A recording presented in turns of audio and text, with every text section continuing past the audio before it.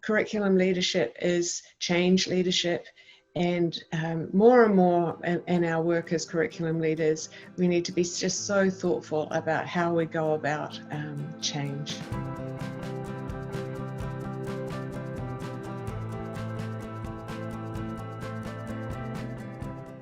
I'm so happy today to be able to have with us Pip Curtis. Pip is currently the middle school principal at the American School in Japan. She's also served in schools in Mumbai and in Shanghai. She also is a graduate of the PTC herself, and she's been teaching our curriculum leadership course for several years now. I think I first met you, Pip, when I visited your school in Shanghai. And again, from that moment, you've been part of the Principals Training Center team. So without further ado, Pip, over to you. Thank you, Bambi. It's so great to be part of the PTC community, even virtually. And while I would love to be in Rome right now, at least we do get to see one another and to share, to be part of this amazing PTC family. So I'm going to try not to rely too much on my slides, but I will bring them up as a reference point, and I believe they'll be shared with you afterwards as a resource. So bear with me as I bring this up. All right. So what I wanted to share today really was the idea that curriculum leadership is really change leadership, and not change for change's sake, but really asking ourselves, do we believe our programs are perfect? And I think almost in all cases we would say no. There's always work to be done on our curriculum, on our programs. So we have to start whittling down to what would make the biggest difference. And we know that we're going to have to make change to make continual improvements. Our kids change each year, and gosh, this year everything's changed, hasn't it? And so our curriculums have had to change with it. So we're thinking about what strengths are we building on, what are our deficits, and what data do we need to answer these questions. And as soon as we make that realization that things could be better, then we find ourselves committed to making change. And my pearl is really about developing a framework or a schema for change, a model or a map. Thinking about being very explicit, very metacognitive of how we go about change in our organizations, because we know that change can be invigorating, but it can also be traumatic. And it means a great deal to the people we work with that change is managed well. There are lots of change management models, and you can read about them, Google them. I'm going to whip through just a few to I suppose reinforce the point that any of them will work as long as you are thoughtful about why you're choosing them, and that you're being very thoughtful about that. This is Luhan's three-stage change process. This is an early 20th century model, a very simple one, but one that I find really helps me to remember what should I be thinking about as I'm going about change. The ADKAR model is a bit newer. It's sort of 2003, and this is a really people-based approach or model to change. So if you're thinking about a change that involves a change to the way people work in your organization, you might find this framework useful. The McKinsey Sevens model is another. This one I found particularly useful when working with teacher leaders. These slides you can adapt, you can use as a prompt, so that you're literally and figuratively on the same page with teacher leaders as you plan your change together. A more contemporary model for change is Kotter's model, and many of you have probably read Accelerate and Leading Change. Kotter's out of Harvard. And he again has these steps that you can consider as you go about planning your change. Everett Rogers, the psychologist, you're probably familiar with his change model, thinking about changes in society and how those changes are adopted. And then the older CBAM model. You know, you could see I could go on and on about different models for change, but that's not the point. The point is to develop a schema or a map so that you can really plan your way ahead. And being metacognitive about it. Don't, you know, sort of wander into the change and then the change process and then feel you're stuck to your steps, but take time to reflect, to assess how your change is going, to look at some of those success metrics and to measure your progress along the way. And finally, I would just say that one of the things that I found most helpful is to think about, is the change that I'm trying to make going to impact the people or the processes in my organization most? If I'm looking at changing people's behavior, then I need to be more thoughtful about professional development, about developing teacher leadership, about listening to people and taking the pulse, the heart of the organization as it goes through change. So this isn't rocket science really, is it? But I think when people think about curriculum, they're often thinking about having good ideas or what is the next new idea in curriculum. But sometimes you're not the one who has the great idea. It could be somebody else in your organization, but all the good ideas in the world don't mean a thing if you can't implement them. So I think that's the pearl. Curriculum leadership is change leadership. And more and more in our work as curriculum leaders, we need to be just so thoughtful about how we go about change. So, questions? Okay, so thank you, Pip. And again, the whole thing is being videoed, and you do have Pip's resource will be going into the chat at the end of our conversation. We do have a couple of questions here. Not surprisingly, they're application type of questions.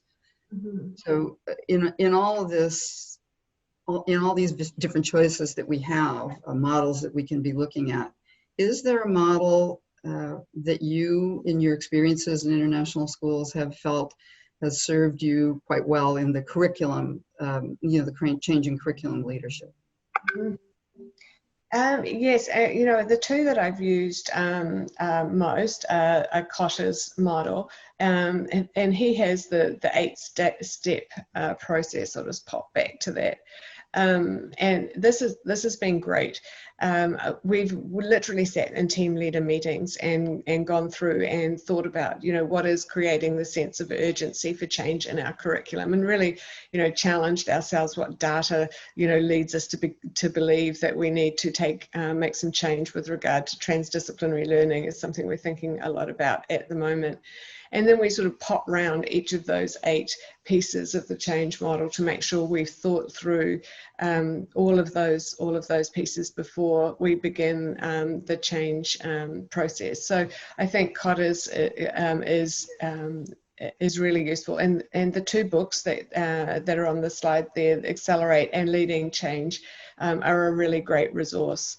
And the diffusion of innovation model is also great. And one of the things that I love about the way Everett Rogers talks about this is he talks about jumping the chasm. And I think we've probably all had that experience in schools where we're wondering if our organization is ready for change. And so there are some great videos actually on YouTube that you can watch about jumping the chasm and the diffusion of innovation model, and it really challenges us as leaders to think about what's our state of readiness with regard to putting our foot down, I suppose, on the accelerator and moving a change forward more quickly.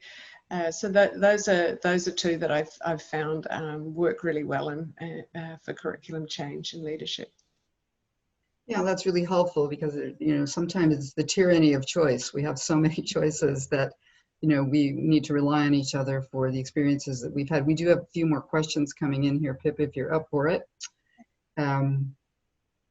One is, how open are you with your team about the model that you are using? How transparent and upfront? In other words, do you make that known that you're working from the model, or is that just something that you just implement without labeling?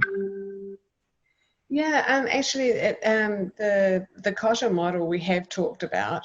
I think sometimes it's reassuring for teachers to know that you have given great thought to the change process, and that others have been involved in the decision making as well. That and if you have a representative group of teacher leaders, again, great comfort for the rest of the faculty to know that there's a rep from every department who's contributed to the planning and the change process.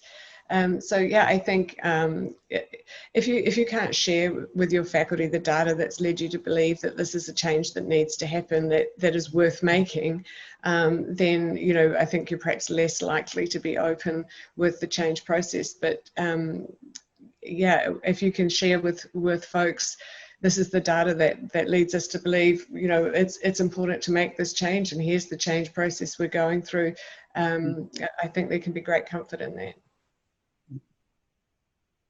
Yeah, we've got lots of questions coming in now, and if you guys are following in the chat, you can see some of them. I'm going to just pick up on, there's a couple that have to do with the inevitable notion that, about the resistance to change. So just before you answer, Pip, I just want to throw in something that has come out of the many, many years of working with many of you, in courses in your schools, etc.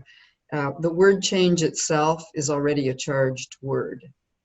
So, sometimes we suggest that you replace the word change with improvement, just to get rid of the naysayers who say it's change for change's sake, or it's, Pip's in a new job and she's the one who wants to make something different just because she wants to make her mark. So sometimes using the word improvement can help. The questions that we have are, change is not linear. It happens with ups and downs. And why do people resist? Don't answer that one yet. Okay. And then a second is just, how do you deal with resistors to change? I would answer on that one, how long have you got, but, talk a little bit about resistance and what your experiences are with them. Yeah, and I think it's useful that Everett Rogers' model is up here, the diffusion of innovation model, because he actually uses the terms, resistors and laggards. And I think you have to embrace your resistors because you need people to find problems, and you need to be cognizant of, if you can't answer those questions, if you can't share with resistors and late adopters why they need to make change, then perhaps they're right. Perhaps the time for change is not now. I think if you wait till you have absolutely everybody on board, you have probably been too conservative with your change process. Because, in our international schools where we have so much turnover, it's unlikely that everybody is going to be 100% on board before you move ahead with your process. And I think it's Thomas Guskey who says that it's practice and experience that makes believers, that then once people have a chance to try something and to see how it works, then they will get on board.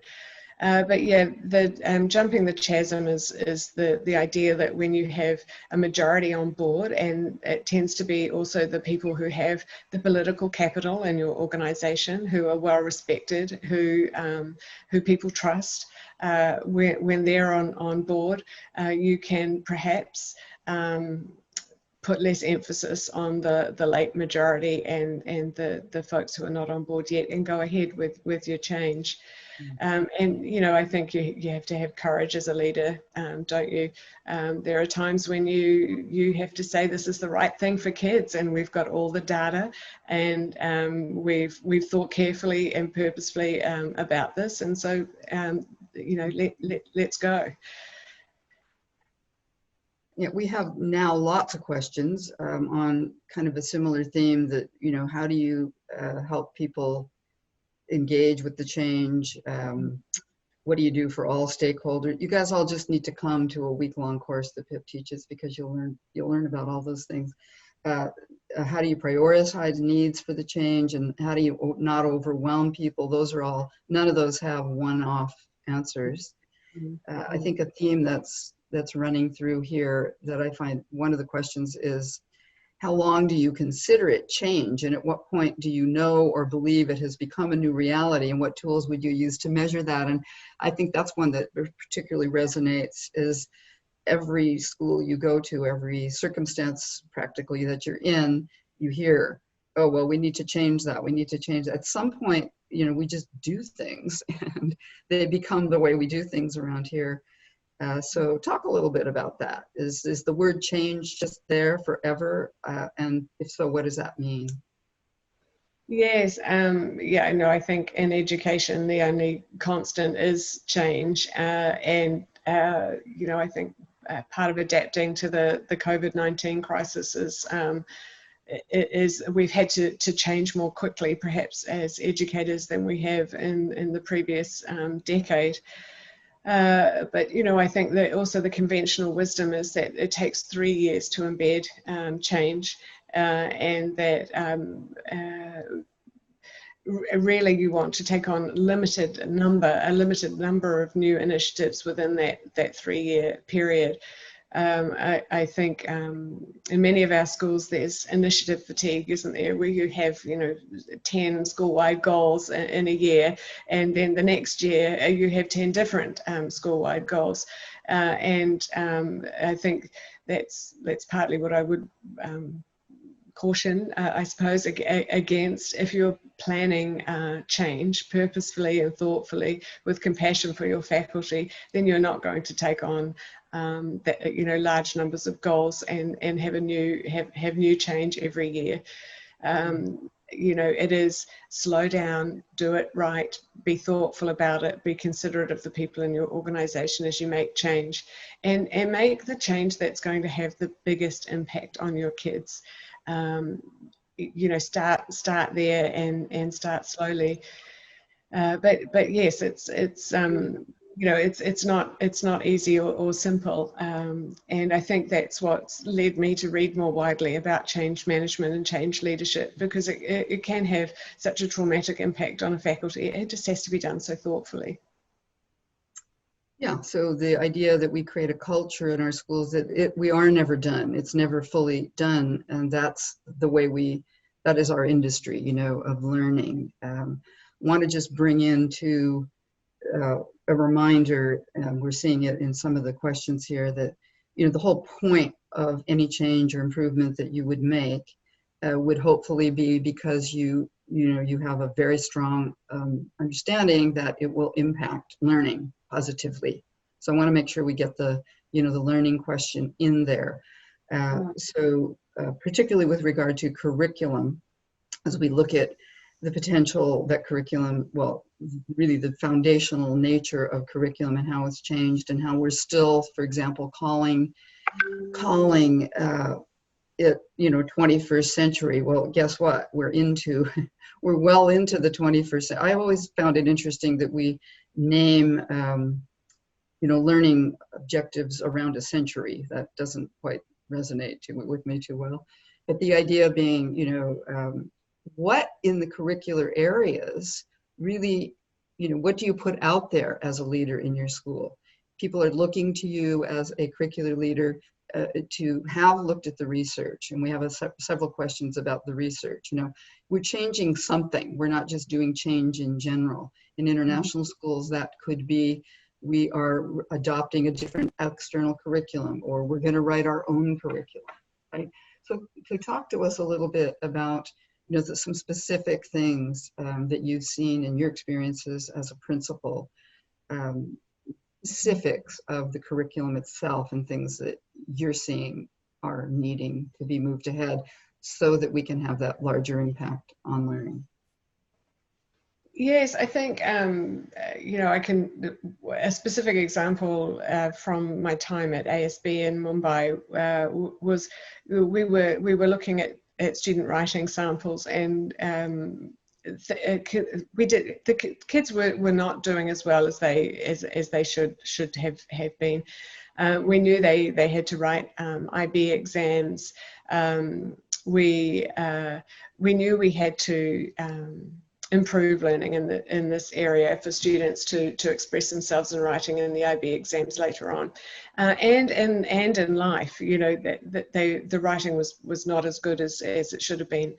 So we engaged in a writing across the curriculum study, and teachers looked at, you know, what is our hunch about why students aren't writing well. We brought in a writer and a literacy coach to come in to be in residence. She worked with all of the departments, and we set up a way of measuring writing with a rubric that used Common Core standards, but also some of the Lucy Corkin's work. It constructed a rubric in-house based on what teachers wanted to improve, what they were working on with the literacy coach, and then we had common assessments across the disciplines using the same rubric. So whether the kids were writing in science or in art or in PE, it was the same rubric. And then monitored the change. And every teacher was committed to direct and explicit instruction of writing, and then measuring student progress and coming together to moderate the work. And we saw tremendous improvement in the learning around writing, and this was a change process that was difficult. People had to take time from their regular curriculum, but you know, I would say that by the end of it, everybody saw the improvement in what students could do. And I think the school put a lot of resources toward the project. Teachers learned a great deal, and the data piece was huge. We really knew what our success indicators were, what it would look like when students were able to produce better writing. So I think, you know, when you can engage faculty in, you know, that exploration of, you know, what is it that you see that kids are not doing as well as you would like? What tells you that? What is the data? What would it look like if they were doing better? What resources would you need to get them there? What professional learning would you need? What structures would need to change? You know, those are really meaningful and satisfying conversations for faculty to have.